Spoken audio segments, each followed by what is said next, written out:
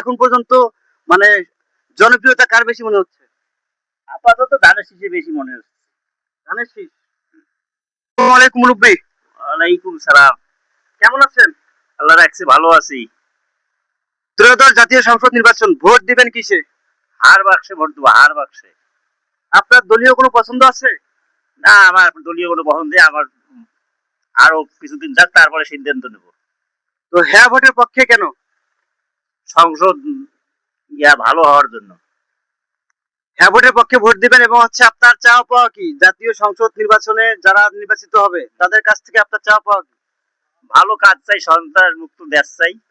আর আর যে যে কাজ ভালো করবে তাকে ভোট দেবো। তো আপনার আপনার এলাকা হচ্ছে কুড়িগ্রাম। কুড়িগ্রামের জন্য আপনার চাওয়া পাওয়া কি? রাস্তা পথ ভালো চাই, সন্ত্রাস মুক্ত দেশ চাই, মাদক দ্রব্য দেশ চাই, এটাই তো চাই। মাদক মুক্ত। মাদক মুক্ত দেশ চাই তো। আর কি কি চান?